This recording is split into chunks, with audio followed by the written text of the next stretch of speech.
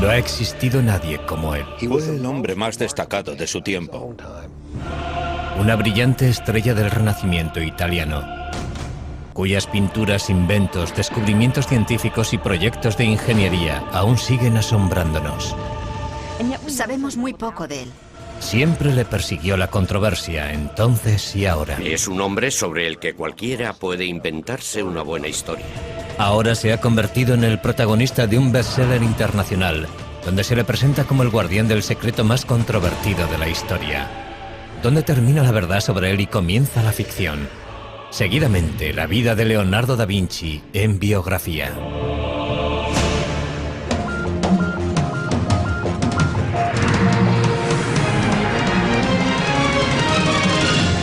Biografía. Leonardo da Vinci. Jesús, María Magdalena, la Iglesia, sociedades secretas, el Santo Grial y Leonardo da Vinci. Esos son los ingredientes principales del Código da Vinci, el multimillonario éxito de ventas escrito por Dan Brown que ha despertado una gran controversia. En la novela se ofrecen reinterpretaciones revolucionarias de obras de arte y arquitectónica reales, con lo que el autor consigue difuminar la línea que separa la realidad de la ficción. Induce a pensar que las opiniones expresadas por Dan Brown sobre algunas obras de arte son realmente ciertas. Hoy analizaremos gran parte de esas obras creadas por Leonardo da Vinci, centrándonos especialmente en La Última Cena. ¿De verdad contiene esta obra maestra lo que dice el libro que contiene? Es indudable que hay pistas ocultas en las obras de Leonardo da Vinci. Pistas que nos ayudan a saber quién era, en qué creía y por qué continúa siendo una de las mentes más fascinantes que ha conocido el mundo. Leonardo nació en la Toscana, en un pueblo llamado Vinci, a las afueras de Florencia. Cuando nació Leonardo, Florencia era el centro del centro de Europa. En todos los sentidos. Era sin duda el centro artístico y también el centro cultural de Europa. Pero Leonardo da Vinci nace en unas circunstancias complicadas. Es hijo ilegítimo de Caterina, hija de un campesino empobrecido, y Serpiero, maduro y respetado notario perteneciente a una respetada familia. Los padres biológicos de Leonardo no se casan entre ellos, pero sí por separado, presumiblemente con gente de su propia clase. Caterina pronto tiene 5 hijos más con su marido. Leonardo crece con su padre, Serpiero, y con sus madrastras. Leonardo fue hijo único hasta los 25 años. Durante sus 2 primeros matrimonios, su padre no tuvo heredero porque no sobrevivió ninguno de sus hijos. De haber sido hijo legítimo, Leonardo hubiera heredado tanto las tierras como la profesión de su padre. Pero como es ilegítimo, no recibirá nada. Como era hijo ilegítimo, no podía convertirse en notario. Por consiguiente, tuvieron que encauzarle hacia otra actividad. Obviamente saltaba a la vista que era un chico con mucho talento. Sabía dibujar muy bien. Sabía construir cosas. Es probable que fuera ambidiestro. Así que cuando vieron que le interesaba el arte, le animaron a que siguiera por ese camino, puesto que no había ninguna otra alternativa. Leonardo pronto se siente fascinado por la naturaleza. El agua, las plantas, los árboles, los animales, todo despierta su curiosidad. Años más tarde, Leonardo aseguraría que la naturaleza es la mejor maestra. Es más noble imitar las cosas de la naturaleza, que son de hecho imágenes reales, que imitar lo que se dice con palabras, porque las palabras son obra del hombre. La relación de Leonardo con la naturaleza que rodeaba a Vinci es importante porque tuvo una gran influencia primero en la evolución de su pensamiento y luego en la de su obra. Siendo aún adolescente, se traslada a Florencia con su padre, y allí se le presenta la oportunidad de pulir su talento al entrar de aprendiz en el taller del artista Andrea Verrocchio. Parece que su padre reconoció el talento del joven desde un principio y le hizo ingresar en el taller de Andrea Verrocchio, un lugar inmejorable para crecer como artista. El taller de Verrocchio es una verdadera universidad de arte. El joven Leonardo aprende a dibujar, a pintar, a trabajar el bronce, a crear muebles y a diseñar banderolas para los desfiles. Habilidades todas necesarias para convertirse en artista profesional. Lo que no es explicable es la chispa del genio. ¿Cómo sucedió? No creo que lo sepamos. Son las familias ricas y poderosas de Florencia las que encargan las obras de arte que produce el taller de Verrocchio, sobre todo la familia más importante de la ciudad, los Medici. Siempre desempeñaron un papel principal, encargando ellos mismos las propias obras o facilitando la creación de este ambiente de aprendizaje y orquestando los encargos de obras de arte en colaboración con sus amigos. Leonardo puede ver muchos proyectos excepcionales en el taller de Verrocchio. Una de las cosas más interesantes que hizo, o que al menos observó, fue la colocación de una bola dorada en la cúpula de la Catedral de Florencia. Tenía 5 metros de diámetro y fue un verdadero desafío tecnológico. La bola, 2 toneladas de cobre dorado. Verrocchio crea el mecanismo que la colocará en el sitio elegido, en lo más alto del Duomo. Este logro de la ingeniería causa un gran efecto en el joven Leonardo. Durante el resto de su vida le interesarán tanto los retos técnicos como los artísticos. Hicieron muchas cosas de esas para los Medici, y esas obras fueron importantes para Leonardo porque, además de conocer los rudimentos de muchas técnicas, le sirvieron para establecer contactos que le servirían para entrar al servicio de los Medici. Con 20 años, Leonardo completa su aprendizaje con Verrocchio y se registra en el Sindicato de Pintores de la ciudad. Un paso necesario para convertirse en artista profesional. En el taller de Verrocchio completa su primera obra importante. Le encargan pintar un ángel en la obra de Verrocchio, el Bautismo de Cristo. Y es la contribución de Leonardo la que más destaca del cuadro. Por primera vez en la historia de la pintura, Leonardo representa una figura que se gira hacia el espectador. Eso fue una especie de revolución en la historia del arte, porque hasta ese momento todas las figuras, todas las personas se representaban frontalmente, de forma muy estática, arcaica y medieval. Y ese gesto introdujo el movimiento en las figuras. Llega Leonardo, pinta la cabeza del ángel en el Bautismo de Cristo y Verrocchio dice: «Oh Dios, aquí hay alguien que sabe pintar mejor que yo». Cuenta la leyenda que Verrocchio no quiso volver a tocar los pinceles, indignado porque un muchacho supiera más que él. Hay algo de verdad en eso. Lo que indudablemente es cierto es que Leonardo superó a su maestro muy joven. El antiguo campesino empieza a labrarse un nombre como pintor. Leonardo comienza a pensar en cómo utilizar su talento para conseguir el éxito, pero una acusación anónima no tarda en poner en riesgo su futuro.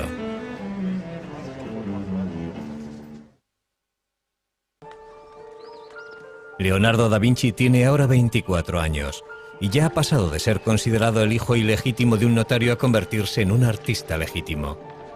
Es un prometedor artista florentino a la altura de Botticelli, Ghirlandaio y Rafael. Leonardo ya ha terminado varios cuadros notables, entre ellos la Anunciación y el retrato de Ginebra da Vinci. Ha aprendido mucho en el taller de Andrea Verrocchio. Sus ideas y su técnica están evolucionando, pero la competencia es feroz. Existió una gran competencia entre pintores en la Florencia de 1470 y 1480. Sin embargo, Leonardo cobró ventaja porque ya había tenido contactos con los Medici. Leonardo demostraría tener un talento especial para cultivar esos contactos, algo que le resultaría muy beneficioso a lo largo de su vida. También empieza a anotar por escrito su explosión de ideas en varios cuadernos. Leonardo escribía todas las ideas que se le ocurrían, todo lo que leía o escuchaba en las calles cuando estaba con sus amigos. A veces resulta bastante difícil saber si lo que escribe son ideas suyas o citas que está transcribiendo. En la actualidad, los legendarios cuadernos de Leonardo están reunidos en lo que se conoce como sus códices. Al final de su vida habrá escrito 20 volúmenes. Cada uno de ellos con cientos de páginas. Los cuadernos son fragmentarios y contradictorios. En ellos mezcla todo tipo de materiales sobre temas muy distintos unos de otros, a veces incluso en la misma página, y constituyen la antítesis total de los apuntes que toman los estudiantes aplicados en clase.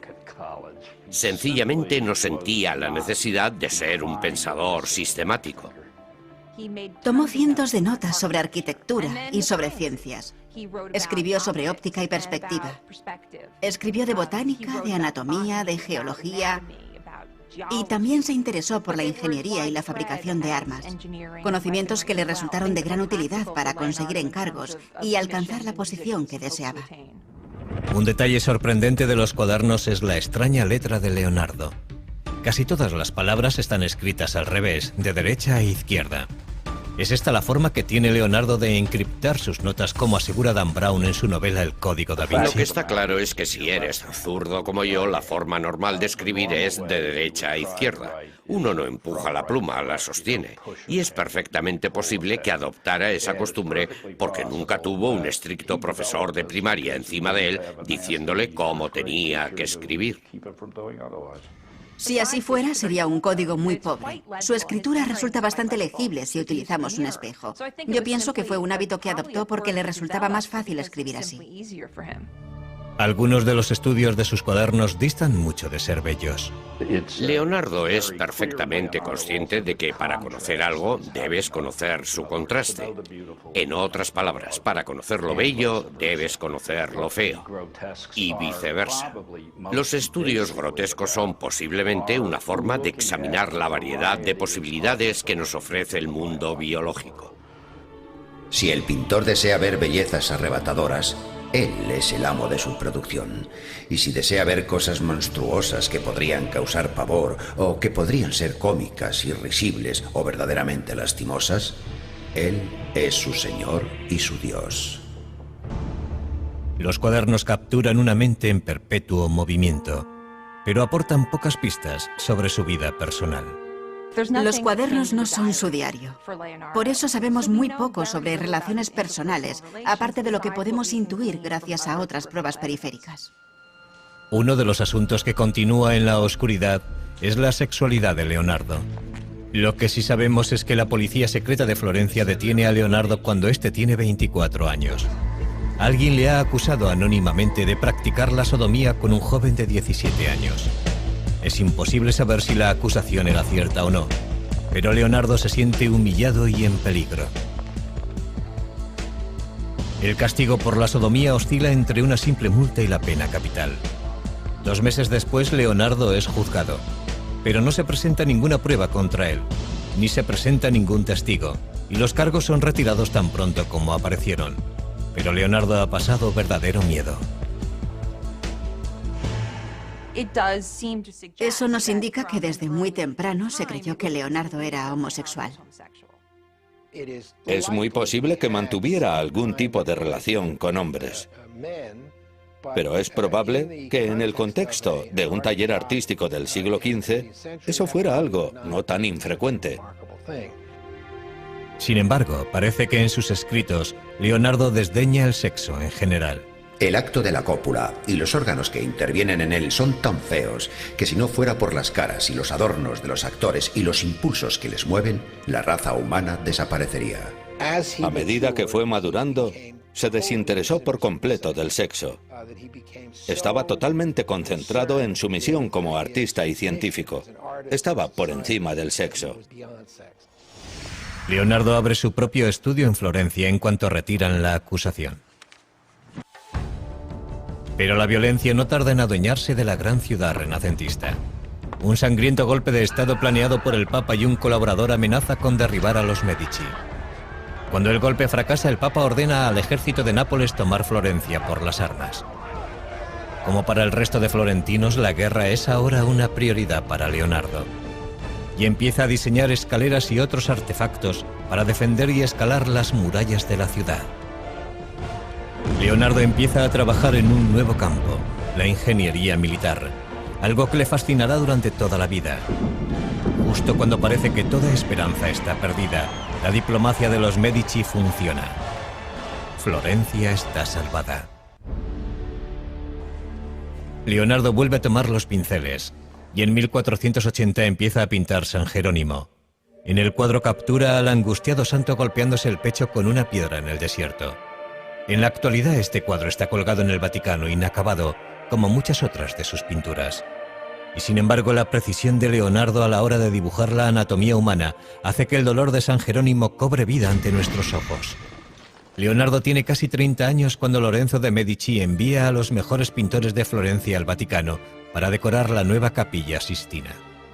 Esta colaboración forma parte de la nueva tregua firmada por los Medici y el Papa. Fueron elegidos muchos importantes pintores florentinos, pero no Leonardo. Es posible que se sintiera frustrado y que pensara que su talento no era reconocido. Pero Leonardo recibe un pequeño encargo que le mantiene ocupado. Un monasterio de las afueras de Florencia le contrata para pintar un retablo. El tema, la adoración de los magos. Leonardo tuvo que estar desesperado para firmar el contrato de este proyecto. Además de tener que pagarse él mismo los materiales, el contrato establecía que si no lo terminaba antes de 30 meses no le pagarían absolutamente nada. La composición de la obra es tremendamente ambiciosa, pero Leonardo supera todas las dificultades y el resultado final es impresionante. Es una revolución artística. Uno percibe que Leonardo está inventando un nuevo arte. Es probable que fuera demasiado nuevo incluso para él, y que por eso lo dejara sin terminar. Y sin embargo, es posiblemente la primera pintura realmente moderna de la historia. La estructura triangular del grupo que está en primer plano se convierte en un principio indiscutible del arte del Renacimiento. También destaca su énfasis en la diversidad. El viejo, el joven, el calvo, el barbado. Y la idea que anota más tarde en sus cuadernos de que hay que pintar la figura humana de los huesos hacia afuera. Si nos fijamos en la parte derecha de la pintura, vemos a un hombre anciano, pero uno juraría que es una calavera. En uno de los extremos del retablo vemos a un joven con la cabeza vuelta hacia el exterior. Se cree que es un autorretrato de un Leonardo de 29 años. Leonardo dedica muchísimo tiempo al retablo y sin embargo no consigue terminar la adoración de los magos.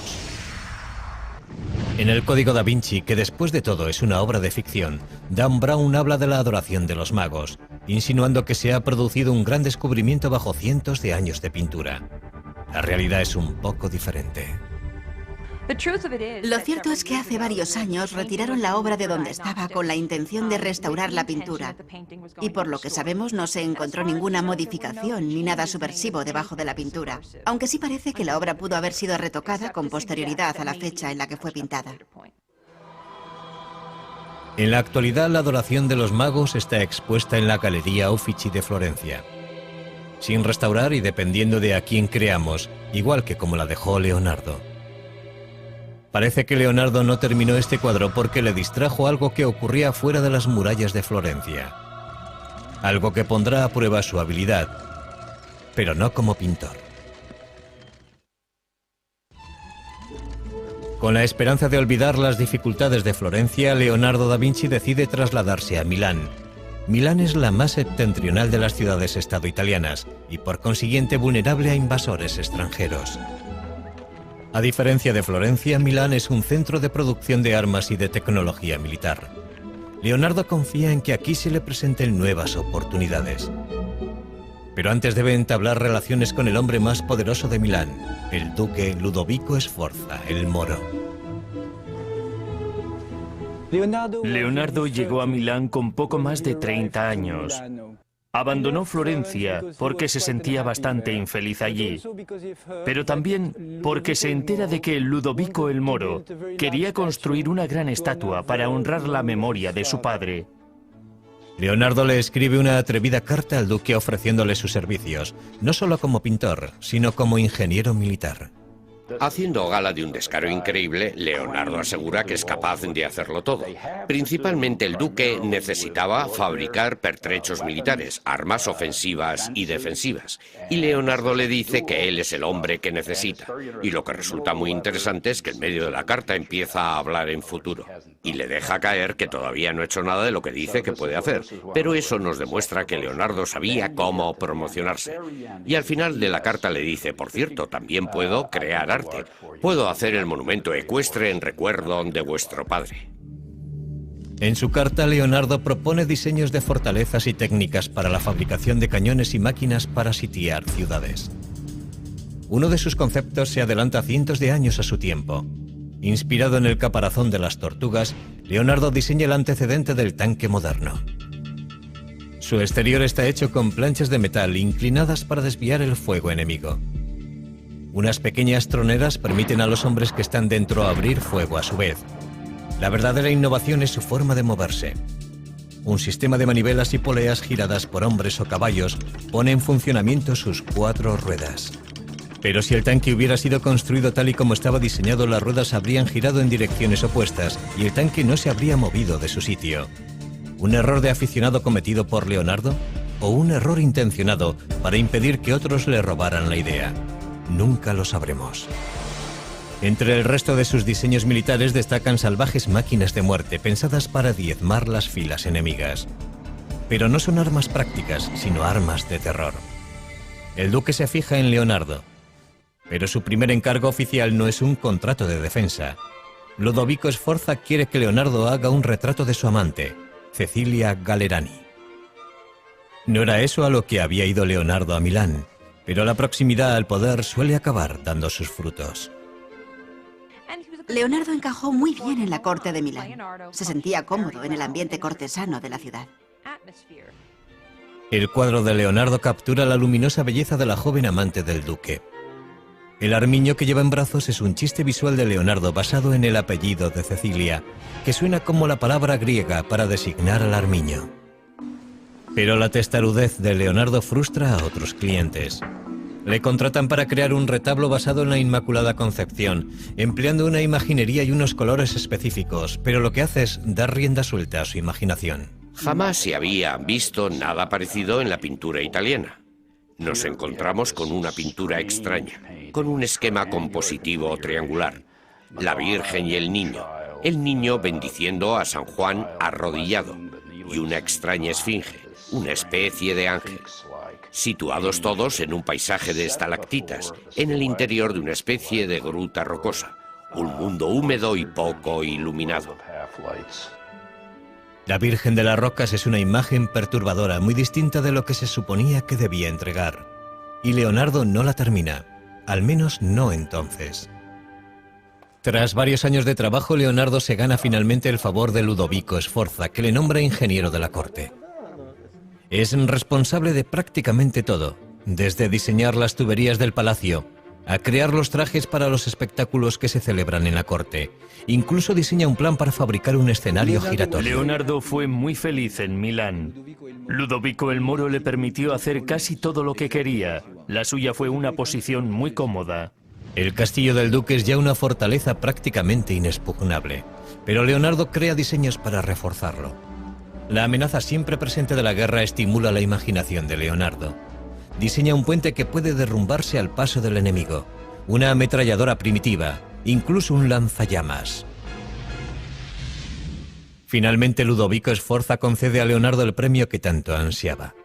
Le encarga la creación de una estatua enorme del padre del duque montando un semental.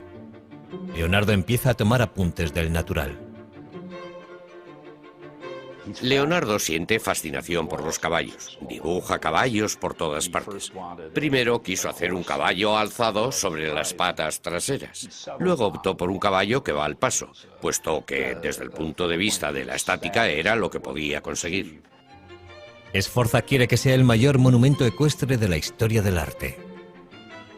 Basándonos en los bocetos que han quedado, parece que Leonardo quería hacer el caballo sin jinete. Un caballo de entre 6 y 7 metros de altura. Los desafíos técnicos son apabullantes. Leonardo crea incontables modelos pequeños en arcilla de la estatua antes de decidir cómo vaciar la versión final, para lo que se necesitarán 60 toneladas de bronce. En estos momentos, Leonardo tiene ya un nuevo taller en Milán y cuenta con un ayudante. Se llama Giacomo, pero Leonardo prefiere llamarle Salai, pequeño diablo. Salai ingresa en el taller con apenas 10 años, en 1490, y permanece junto a Leonardo durante toda su vida. Es evidente que existe un vínculo personal entre ambos. La relación no era únicamente laboral, pero desconocemos la naturaleza exacta de esa relación. Salai está junto a su maestro en uno de los días más importantes de su vida. Ludovico Sforza prepara una elaborada celebración familiar para presentar el modelo en arcilla a escala real del caballo de su padre. Pero antes de que pueda fundirse el bronce para la escultura, el ejército francés amenaza con invadir Milán, sacudiendo los cimientos de la dinastía Sforza.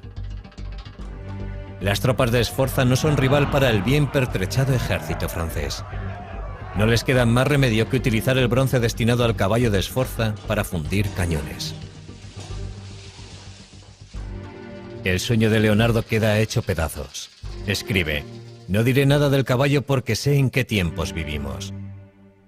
Pero el caballo no es el único monumento de la familia Sforza que el duque le ha pedido a Leonardo que cree. Leonardo estaba también pintando un mural religioso para la iglesia de los Sforza. El tema, la última cena de Cristo con sus apóstoles.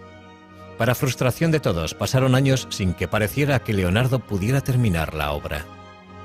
Ludovico Sforza le encargó esta obra cuando estaba decorando el monasterio de Santa Maria delle Grazie, probablemente como preparación para hacer un monumento funerario para él mismo. Por eso le encargó la Última Cena, una pintura mural para el refectorio, y en la pared opuesta iba a ir la crucifixión, con retratos de él y de su familia. Leonardo crea una composición revolucionaria para decorar la modesta pared de un monasterio. El genio de Leonardo se revela al preguntarse cómo capturo ese momento tan importante en el que Cristo dice: de verdad os digo que uno de vosotros me traicionará. Y ahí se desata un infierno psicológico.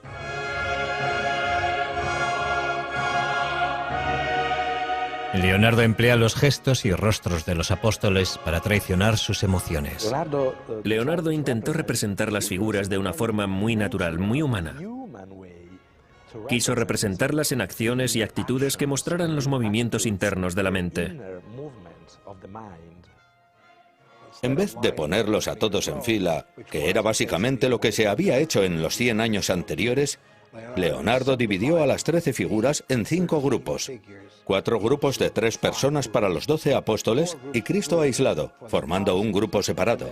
Y eso constituyó una innovación muy destacada. Pero algunas de las ideas de Leonardo para la pintura son demasiado revolucionarias. Se le acusa de haber empleado una técnica demasiado pobre en la ejecución de la Última Cena. Y es probable que eso no sea del todo cierto. La pintura resultó muy dañada debido a la humedad subterránea que se filtró en las paredes, y eso es algo que casi nadie puede controlar. En esa obra utilizó una técnica experimental, y sabemos que 20 años después de su finalización, cuando Leonardo seguía aún vivo, ya la pintura había empezado a resquebrajarse. En el Código da Vinci se dice que Leonardo intentó algo incluso más revolucionario en la Última Cena. Algo que sería contrario no solo a la Iglesia, sino también a 2000 años de enseñanzas bíblicas. En el bestseller de Dan Brown, El Código da Vinci, novela de la que también se ha hecho una película, se aporta una interpretación sorprendente de la Última Cena. El Código da Vinci está basado en la teoría de que Leonardo deslizó un mensaje secreto en esta pintura.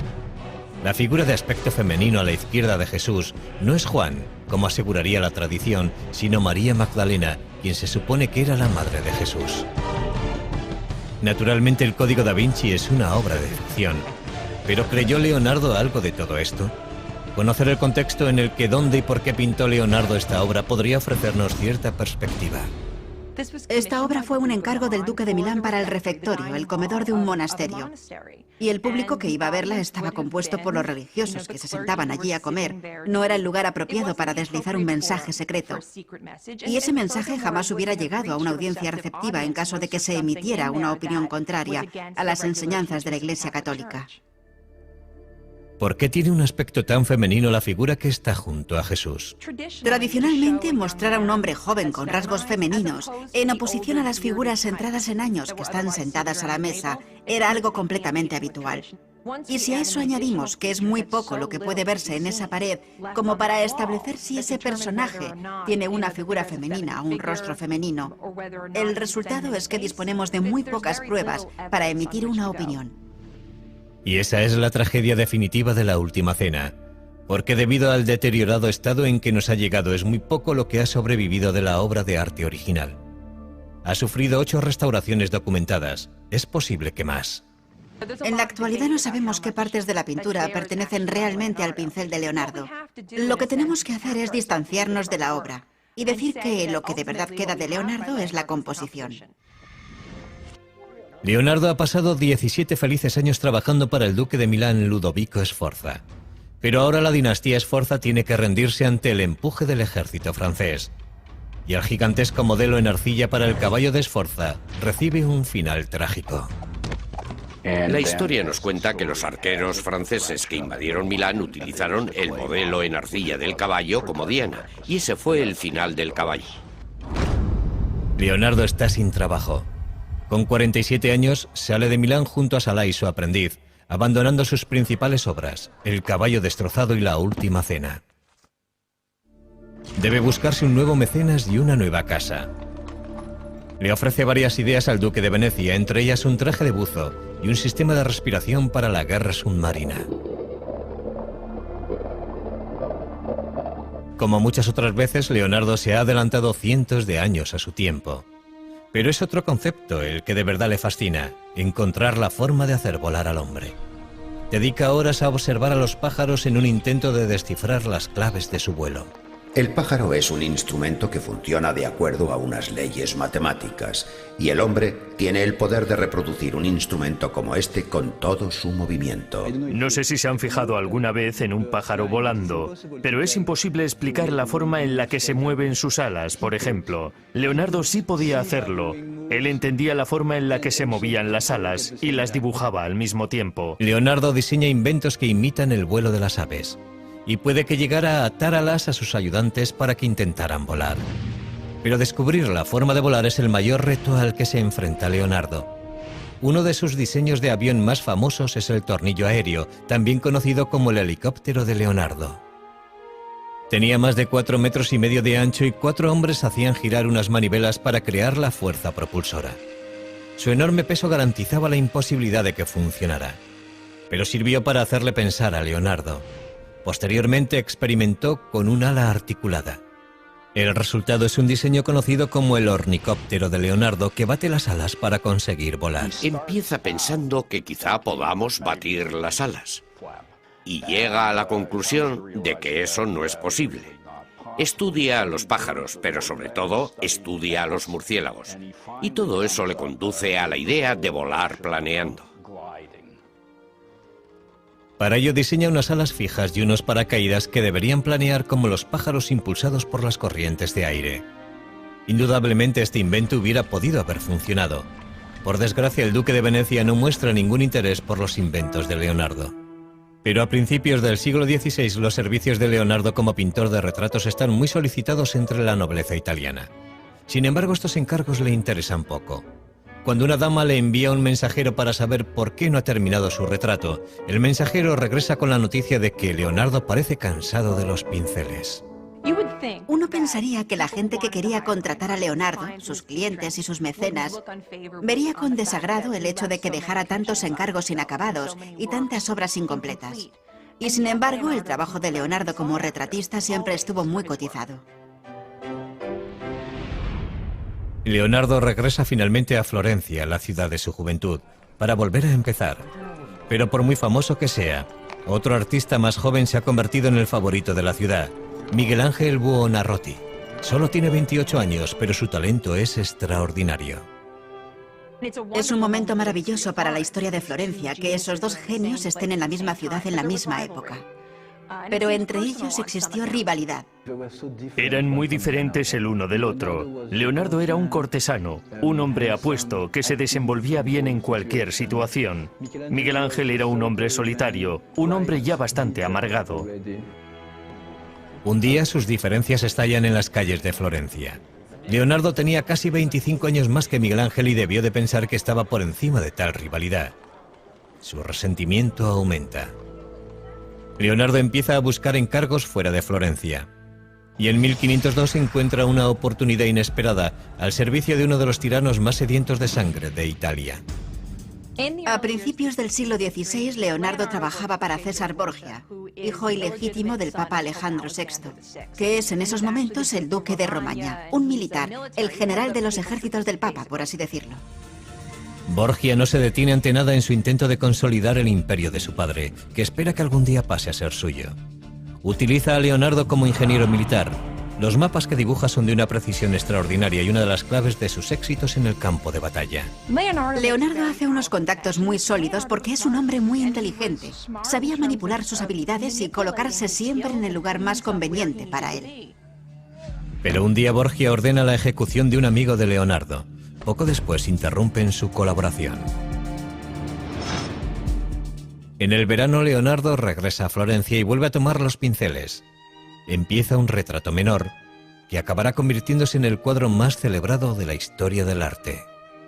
Es la espiritualidad inherente a la criatura humana que Leonardo fue capaz de reflejar en el retrato, la que eleva la figura humana a una especie de majestad. Se ha dicho que la Mona Lisa tenía ictericia, que era una mujer embarazada, que era un hombre disfrazado de mujer. Pero lo cierto es que la Mona Lisa es una gran pintura. Según el relato de un biógrafo, la Mona Lisa sería el retrato de Lisa Gioconda, la esposa de un mercader. Pero eso es algo que no es seguro. Para Leonardo, la Mona Lisa fue siempre una obra en evolución, su intento de alcanzar la perfección. Leonardo nunca entregó el retrato a la persona que se lo encargó y lo conservó hasta el fin de sus días. En la actualidad, el cuadro se expone en el Museo del Louvre, en París, protegido por un cristal antibalas. Es un tesoro nacional que no tiene precio. El cuadro no siempre estuvo tan bien vigilado, pero el robo de la apreciada pintura de Leonardo en 1911 lo cambió todo. Una mañana de verano, un antiguo empleado del Louvre descolgó la Mona Lisa de la pared sin que nadie le viera y salió del museo con el cuadro escondido debajo del abrigo. ¿Su motivo? Creía que el cuadro debía ser devuelto a Italia. Fue un acto de nacionalismo impulsado por la idea de que la Mona Lisa debería estar expuesta en un museo italiano.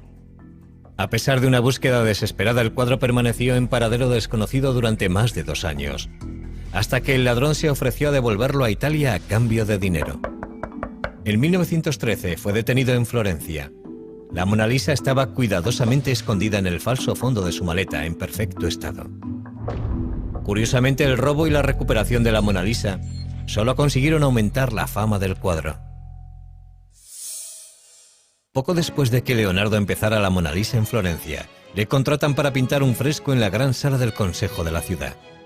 Es con diferencia el proyecto más grande en el que se ha embarcado Leonardo en su vida. Creo que fue un encargo muy importante para Leonardo, pero también fue un proyecto muy arriesgado para él, porque hubiera exigido de un artista que pintara el fresco, y en última instancia no sería eso lo que haría Leonardo.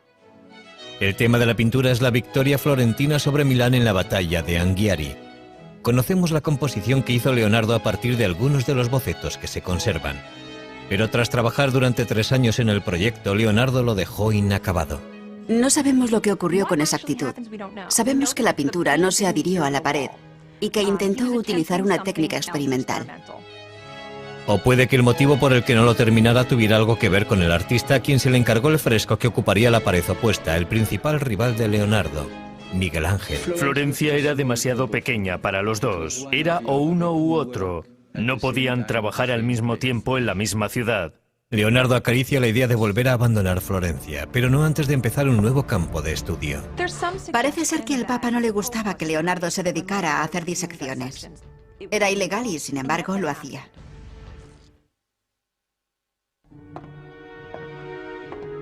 Con 50 años, el deseo de Leonardo da Vinci por alcanzar la perfección artística le empuja en una dirección sorprendentemente científica: la disección de cadáveres humanos. Creía que para poder representar el cuerpo humano tenías que entenderlo. Tenías que entenderlo desde los músculos hacia afuera, para poder cubrir los músculos con carne y la carne con ropa. Leonardo nunca fue un hombre religioso y no tiene reparo en sajar la carne muerta para poder dibujar de forma sistemática todos los detalles del cuerpo humano. Lo que podría disuadirte es el miedo a pasar las horas nocturnas en compañía de esos cadáveres, despedazados y desollados y horribles de ver. Finalmente, la curiosidad le empuja al lecho de muerte de un hombre de 100 años. Leonardo espera pacientemente a que muera el hombre para poder investigar la causa de su muerte. El resultado de su autopsia es el primer caso documentado de arteriosclerosis de la historia, endurecimiento de las arterias. Leonardo llega a esta conclusión tras comparar el sistema circulatorio del viejo con el de un niño. Sus estudios anatómicos son sorprendentemente precisos. Pero lo que para Leonardo es ciencia, para otros resulta macabro. Conseguir cadáveres es un problema constante. Años más tarde, las autoridades de la Iglesia se enteran de estas autopsias y creen que ha ido demasiado lejos. el Papa pone fin a sus disecciones de una vez por todas. Finalmente, una pintura del pasado de Leonardo le lleva de nuevo a Milán. Después de más de 20 años le piden que vuelva para terminar La Virgen de las Rocas y supervisar la realización de una copia. ¿Cuál es el original y cuál es la copia? La versión del Louvre es la primera y se ajusta más al último estilo florentino de Leonardo. Probablemente el cuadro que termina colgado en Milán es la copia. Se pintó alrededor del año 1508 y está expuesto en la National Gallery de Londres. A pesar de su reputación como pintor, a medida que Leonardo envejece, su verdadero legado son sus cuadernos, toda una vida de exploración científica y artística, capturada en miles de hojas de frágil papel. Entre esas páginas se encuentra esta imagen, que se cree que es un autorretrato de un Leonardo ya anciano. Leonardo ha superado ampliamente los 60 años y está cansado. Ha experimentado un cambio tremendo. Por eso, cuando el rey de Francia, gran admirador y coleccionista de la obra de Leonardo, le invita a él y a sus 2 ayudantes a viajar a su corte, Leonardo no deja pasar la oportunidad. El rey está encantado de tener a una mente tan brillante bajo su techo. Era frecuente que el rey llamara a su puerta a cualquier hora del día o de la noche para preguntarle algo. Y Leonardo estaba encantado porque, de hecho, aquel era el sueño de su vida. Lo triste es que, para entonces, Leonardo era ya demasiado viejo como para crear algo. Poco después de llegar a Francia, Leonardo sufre un ataque de apoplejía que le paraliza el brazo derecho y le deja la mano izquierda temblorosa. Sin embargo, gracias a la generosidad del rey, Leonardo tiene pocas obligaciones.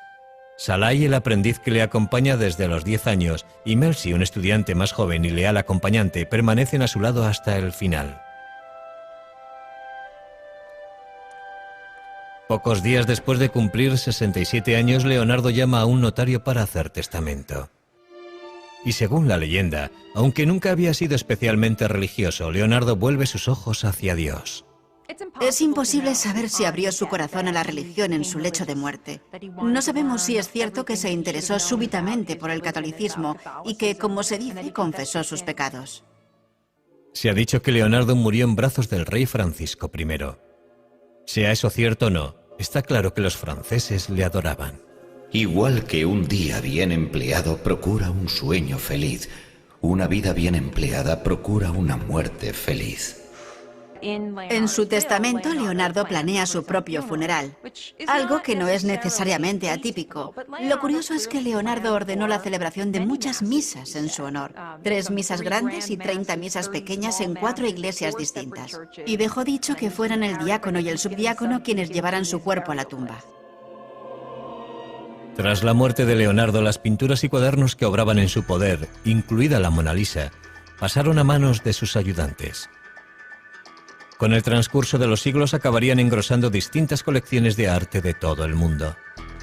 No es imposible que en alguna parte haya bocetos, dibujos o incluso pinturas originales de Leonardo. Es muy probable que pueda existir algún oculto tesoro en algún lugar. Casi 500 años después de su muerte, Bill Gates compró por más de $30 millones uno de los 20 cuadernos de Leonardo que se conservan, el Códice Lester. Desde entonces ha sido expuesto públicamente en muchas ciudades del mundo. En 2006, un nuevo estudio sobre los cuadernos y dibujos de Leonardo arrojó nuevas y sorprendentes pistas forenses sobre el maestro del Renacimiento. Parece ser que Leonardo dejó huellas dactilares tanto completas como parciales en la pintura y la tinta de varias de sus obras. El análisis de esas huellas podría algún día proporcionarnos más detalles sobre la identidad étnica de la madre de Leonardo y sobre el propio Leonardo. ¿Por qué Leonardo y su obra continúan fascinándonos? Desde el Código da Vinci a su escritura inversa, pasando por sus disecciones y sus pinturas misteriosas, Leonardo se nos aparece como un mago negro del Renacimiento. Pero eso está muy lejos de ser verdad.